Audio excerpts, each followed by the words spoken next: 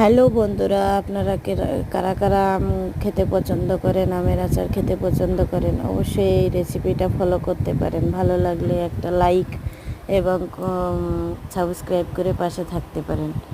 তো এখানে দেখুন, আমি কিন্তু প্রথমেই আমের আচারটা দেখিয়ে নিলাম, কি সুন্দর হয়েছে দেখতে। দেখলেই জিভে জল চলে আসবে। তো এটা কিভাবে বানানো হয় সেটা কিন্তু আপনাদেরকে একে একে আমি দেখিয়ে দিচ্ছি। প্রথমেই কিন্তু আমটা কেটে শুকিয়ে নিলাম, তারপরে মশলাগুলো ভেজে, মানে বেশি ভাজা না, হালকা ভাজা, আবার ভেজে কিন্তু ওটা একটু ঠান্ডা করে কিন্তু আধ ভাঙা করে মিক্সিতে হলে এই এক পাক দিয়ে, আর শিলে হলে কিন্তু একটু আধ ভাঙা করে বেটে নিতে হবে। তো দেখুন, মশলাটা আমি কিন্তু মিশিয়ে নিচ্ছি। আর এই আচারটা কিন্তু করতে একদমই সময় বেশি লাগে না, শুধু আমটা কাটতে যা সময় লাগে আর শুকাতে। তো এখানে দেখুন, লেবু চেপে রস করে নিয়েছি। লেবুতে তেমন একটা রস নেই, তাই জন্য। আর লেবু রস দিয়ে কিন্তু মশলাটা দেখুন সুন্দর করে মিক্সড করে নিয়েছি। আর এই যে আম একটু কাঁটা চামচ দিয়ে সেদ্ধ করে নিয়েছি। আর এখন কিন্তু তেলটা বসিয়ে দেবো কড়াইতে। আর এই দেখুন, তেলটা একটু পরিমাণে বেশি দেবেন, তাহলে টেস্টটা খুব সুন্দর আসবে। আমার তেলটা বেশি ছিল না, তাই আমি অল্প দিয়েছি।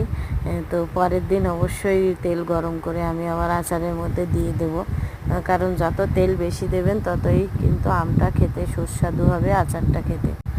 কারণ এই আচারটা পুরোটাই তেলের জন্যই ভালো লাগে। আর দেখুন, তেলে কিন্তু আমি একটু পাঁচফোড়ন আর শুকনো লঙ্কা দিয়ে দিয়েছি। আর অনেকেই কিন্তু নুন হলুদ মাখিয়ে রেখে শুকিয়ে তারপরে কিন্তু এই আচারটা করে। আমি সেটা করিনি, কারণ আমার হাতে একটু কম সময় ছিল, তাই জন্য আমি এইভাবে করেছি। তো এখানে দেখুন, সেই জন্য নুনটা এখন দিয়ে দিলাম। আর নুন হলুদ লঙ্কার গুঁড়ো এখনই দিয়ে দেবো, কারণ এটা আগে থেকে যদি মাখিয়ে নেওয়া হতো তাহলে আরও সুন্দর হতো।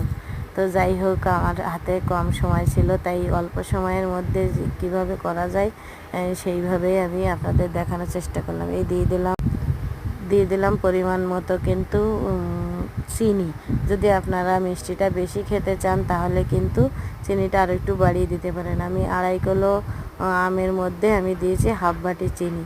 তো এখানে দেখুন, মশলাটাও কিন্তু আমি হাফ বাটির একটু বেশি মশলা দিয়েছি 2.5 কিলো আমে। আপনারা আপনাদের প্রয়োজন মতো দিয়ে নিতে পারেন। তো এখানে দেখুন কি সুন্দর কালার এসেছে।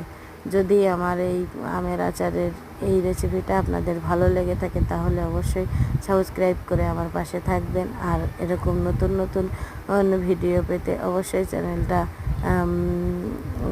চ্যানেলটার পাশে থাকবেন। তো